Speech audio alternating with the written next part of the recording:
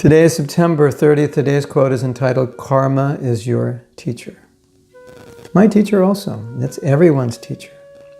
It's the universal teacher. Karma is how God speaks to us. He speaks to us through the reactions of our good and bad activities. So karma is your teacher. The person bringing you your karma is your teacher, and God speaks through him, through his actions and how he deals with you. Do not blame the agent of your karma. The people who hurt you are your teachers. They bring you invaluable lessons.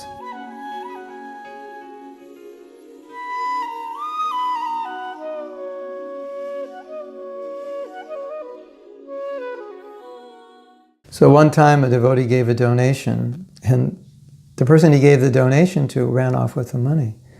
And he wrote to Prabhupada, and Prabhupada said, "Don't blame the agent of your karma." It was really very interesting concept, because how is it that this is this devotee's karma? But in some way Prabhupada saw that. At least he was trying to get him to not blame anyone, and see that everything that happens has some connection with something you've done in the past. And everyone is an agent of your good and bad karma. So if good karma comes, of course, we like the person, but if bad karma comes, well, I don't like you. So Prabhupada's saying, rather than blame them, consider that this was meant to happen to you, and for whatever reason, either karma that you created yesterday or a few lifetimes in the past, and accept it that this person is just delivering, chosen by Krishna somehow, by Yamaraj, by the laws of karma. This person was chosen to deliver the fruits of your activities, and then sometimes those fruits are nice, and sometimes they're not nice, because as we know, karma is very mixed up.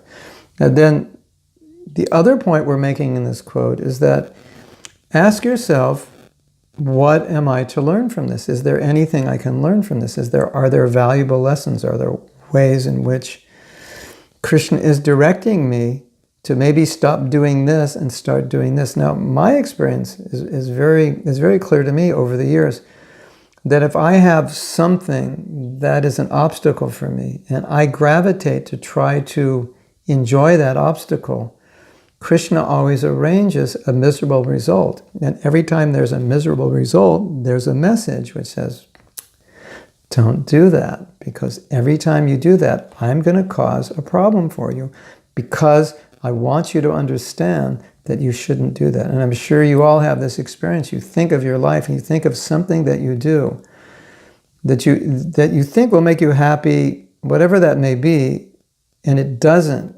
That's a message from Krishna saying, I'm never going to let you enjoy this, because you need to become detached from this.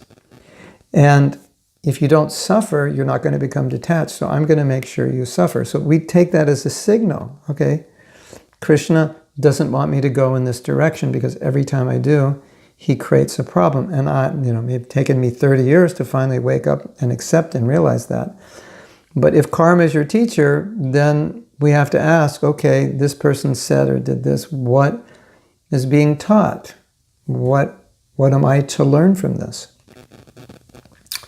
The last thing, which is so interesting, is as Lord Brahma explains in the Bhagavatam 10th canto, that a devotee thinks that whatever happens, I deserve worse.